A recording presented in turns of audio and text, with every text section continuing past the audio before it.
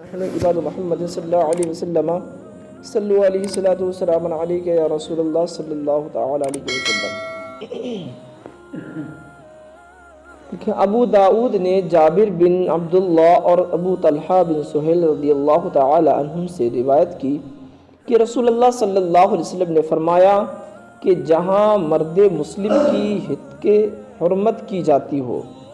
اور اس کی آبروزی کی جاتی ہو، ایسی جگہ جس نے مدد نہ کی، یعنی یہ خاموش سنتا رہا اور ان کو منع نہ کیا، تو اللہ تعالیٰ اس کی مدد نہیں کرے گا۔ جہاں اسے پسند ہو کہ مدد کی جائے اور جو شخص مرد مسلم کی مدد کرے گا ایسے موقع پر جہاں اس کی ہتک حرمت اور آبروزی کی جا رہی ہو، تو اللہ تعالیٰ اس کی مدد فرمائے گا ایسے موقع پر جہاں اسے محبوب ہے کہ مدد کی جائے گی۔ دیکھیں اس احادیث کریمہ کے اندر اللہ کے نبی صلی اللہ علیہ وسلم نے جو یہاں ایک بات بیان کی کہ کسی شخص کی ایسی جگہ پر لوگ بے عزتی کرتے ہوں، اس کو ستاتے ہوں، اس کو پریشان کرتے ہوں، تو ایسی جگہ پر کوئی دوسرا اس کا مومن بھائی اور وہاں پر وہ دیکھ رہا ہو اور وہ وہاں کھڑا خاموشی کے ساتھ اس کو دیکھ رہا ہے کہ میرے ایک مسلمان بھائی کی جو ہے بے عزتی کی جا رہی ہے اور اس کو ستایا جا رہا ہے اور یہ اس کا ساتھ نہیں دے رہا ہے، تو اللہ رب العزت دنیا کے اندر اس کا کبھی ساتھ نہیں دے گا۔ دنیا کے اندر وہ کہیں بھی وہ ایسی جگہ اگر پھنس جائے کہ پھر وہ یہ امید کرے کہ لوگ مجھے یہاں بچا لیں گے، لوگ مجھے یہاں پر جو ہے لوگ دوسرے لوگوں سے مجھے بچا لیں گے، جہاں میری عزت اچھالی جا رہی ہے لوگ مجھے بچا لیں گے، تو اللہ رب العزت ایسی جگہوں پر اس کی مدد نہیں فرمائے گا۔ اس لیے کہ جب تو نے اپنے مومن بھائی کی مدد نہیں کی، جب تو نے اپنے مومن بھائی کو نہیں بچایا، تو رب کائنات تجھے کیوں بچائے گا؟ آج یہی حال مسلمانوں ہمارا ہے۔ آج ہم پر غیر مسلم حملے کرتے ہیں، آج غیر مسلم ہمارے مومن بھائیوں کو ستاتے ہیں، بے عزت کرتے ہیں، ہم دیکھتے رہتے ہیں، اس لیے کہ بھائی ہمارے ساتھ تھوڑی ہو رہا ہے، ہمارے ساتھ کچھ تھوڑی کر رہا ہے وہ دوسرا مسلمان بھائی، مطلب وہ یہ نہیں دیکھتا کہ مطلب وہ یہ بس یہ ہے کہ ہمارا کوئی رشتہ دار تھوڑی ہے، ہمارا کوئی پڑوسی تھوڑی ہے، ہوگا کہیں کا، لوگ ستانے دیجئے۔ معاملہ یہ ہوتا ہے۔ پھر بتائیے، پھر ہم یہ امیدیں رکھیں کہ رب کائنات کبھی ہم ایسے موقع پر پھنسیں گے،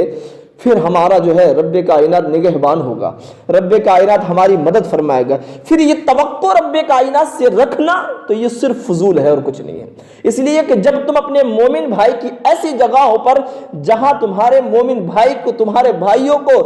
غیر مسلم ستا رہے ہوں، کوئی بھی تمہارے مسلم بھائی کو ستا رہا ہے، اسے پریشان کر رہا ہے، اس کی عزت کے ساتھ کھلواڑ کر رہا ہے، اور تم ہاتھ پر ہاتھ دھرے اسے دیکھ رہے ہو کہ آخر کیا ہو رہا ہے۔ آج تو معاملہ یہ ہے کہ اگر کچھ ہوتا بھی نا تو ویڈیو بناتے ہیں، سیدھی بات، مدد نہیں کریں گے، سیدھے بس ویڈیو بنائے اٹھا کر کے بس واٹس ایپ پہ جو ہے فیس بک پہ ڈالنا شروع کر دی، یوٹیوب پہ ڈالنا شروع کی، بھائی دیکھیں فلاں جگہ پر یہ ایسا ہنگامہ یہ مسلمانوں کے ساتھ غیر مسلموں نے جو ہے حملہ کیا اور ان کو جو ہے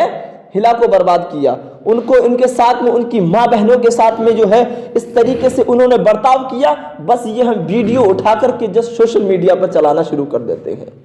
اے مسلمان، تجھے چاہیے تو یہ تھا کہ یہ واٹس ایپ پہ تو ویڈیو نہ اٹھا کر کے ڈالنے کی وجہ تو اس کا ہاتھ ساتھ دیتا جا کر کے، تو اس کے بازانو کھڑا ہوتا جا کر کے، تب پھر بات بنتی جا کر کے، پھر غیر مسلم تو پہ دیکھتے کیسے حملہ کرتا۔ پھر چاہیے تو یہ تھا ہمیں، لیکن نہیں کرتے ہم، بس صرف دیکھتے کھڑے رہ کر کے۔ پھر ہم توقع رکھتے رب کائنات سے کہ ہماری مطلب جو ہے رب کائنات ہم کہاں رسوا کیے جائیں گے۔ ڈاکٹر اقبال کا میں نے شعر کہا تھا پہلے، لگے گی آگ تو آئیں گے گھر کا عزت میں، لگے گی آگ تو آئیں گے گھر کا عزت میں، یہاں پہ صرف ہمارا مکان تھوڑی ہے۔ کوئی انسان یہ سمجھے کہ صرف بس جو ہے میرا پڑوسی جل رہا ہے ہم بچ جائیں گے، جب آگ لگی ہے تو بچ نہیں سکتے۔ پھر مسلمانوں یہ سمجھتے ہیں، اس لیے اپنے مسلمان بھائی کے ہمیشہ ساتھ دیا کرو، کہیں پر اگر اس کی عزت کے ساتھ کھلواڑ ہوا۔ آج مسلمان آج ہم لوگ کیوں پریشان ہیں؟ آخر آج ہم پر غیر مسلم کیوں حاوی ہیں؟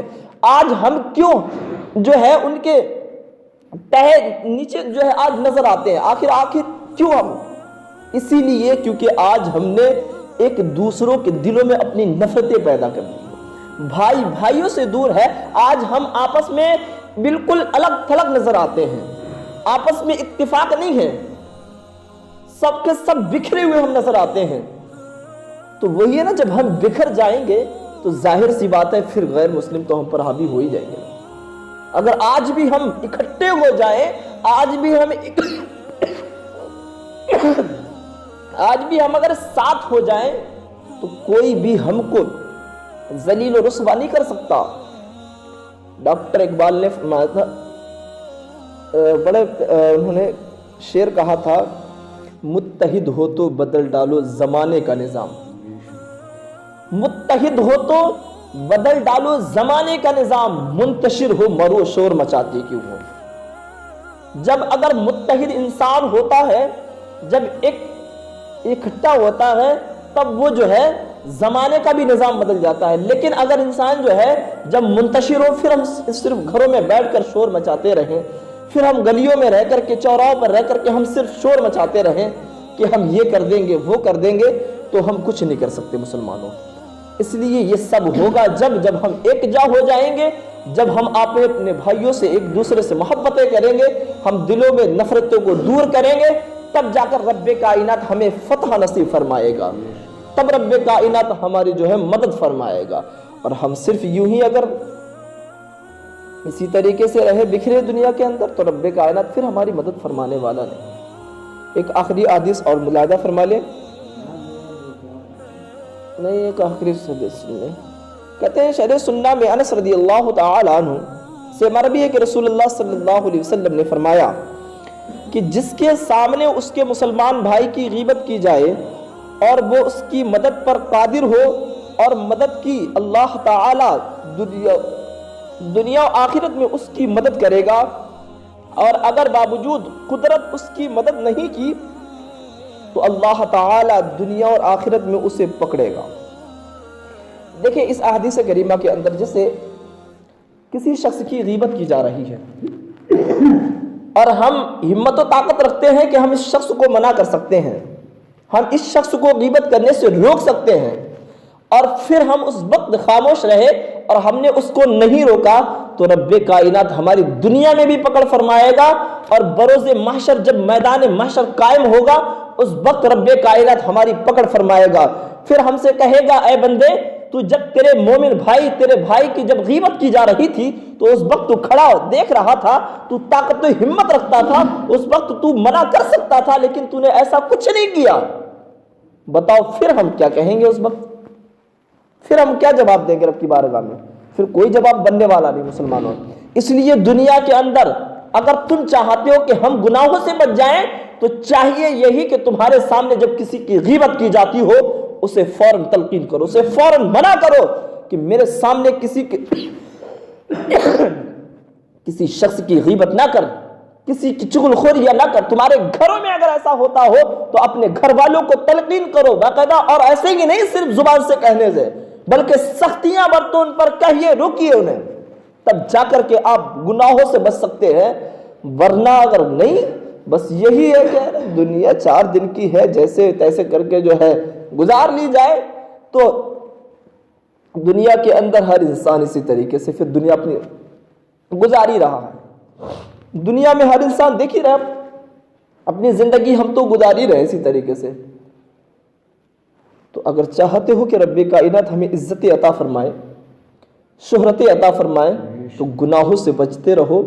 گناہوں سے اپنے گھر والوں کو بچاؤ، اپنے رشتہ داروں کو بچاؤ، اپنے پڑوسیوں کو بچاؤ، اپنے مومن بھائیوں کو جہاں بھی ہو گناہوں سے بچاتے رہو۔ اللہ رب العزت ہم سب کی جو ہے اپنے عزتوں کو برقرار رکھے گا، اور رب کائنات کی بارگاہ میں دعا ہے مولا ہم سب کو شریعت مطہرہ کا پابند بنائے، اور مولا ہم سب کو تمام صغیرہ کبیرہ گناہوں سے مولا محفوظ فرما دے۔ اپنے حبیب کے صدقے میں مولا ہم سب کو مالک و مولا اپنے حبیب کے صدقے میں ہم سب کو ان ساری باتوں پر عمل کرنے کی توفیق عطا فرمائے۔ استغفر اللہ ربی من کل ذنب واتوب الیہ، وصلی اللہ تعالی علی خیر خلقہ ونور عرش محمد وآلہ وصحبہ اجمعین برحمتک یا ارحم الراحمین، لا الہ الا اللہ محمد۔